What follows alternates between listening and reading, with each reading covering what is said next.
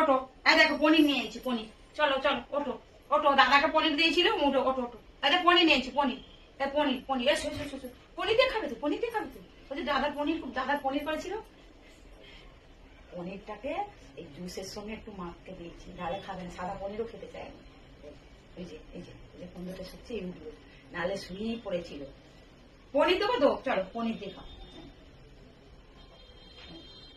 পনিরটা দিতে হবে, উঠে গেলে। চলো খাও খাও, একটুখানি তরকারি দিয়ে কি করবো, খেতে চাইবে না তো, একটুখানি দিই।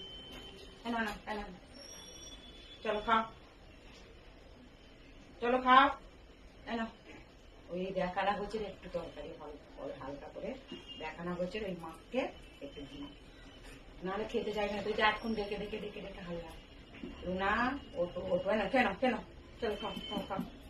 দাদার তরকারি দিয়েছে, হ্যাঁ দাদার পনিরের তরকারি, দাদা খেয়েছে সকালবেলা, দেখেছে পনিরের তরকারি, ওই জন্য ভাজি ভাত খাবে না, ও তো পনিরের তরকারি দিয়ে খাবে।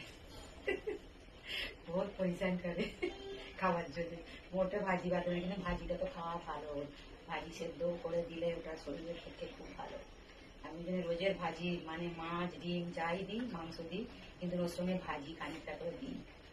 ভাজি না হলে ওর শরীরে না গেলে শরীরটা ভালো থাকবে, এমনি ভাজি। আর এখন এবার দেখবেন, এবারে খেয়ে নেবে। পনিরটা দিয়েছি, ও মনে করছে দাদার তরকারিটা দিয়েছে আমাকে, দেখা না বলছে নিচে দিতে হবে একটুখানি, পড়ে আছে।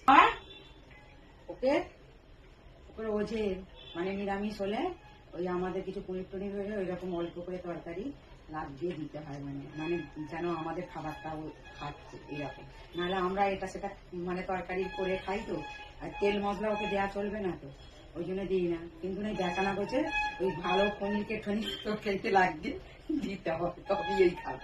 খেয়ে নেবে দেখবেন, এবারে ভাত খেয়ে নেবে।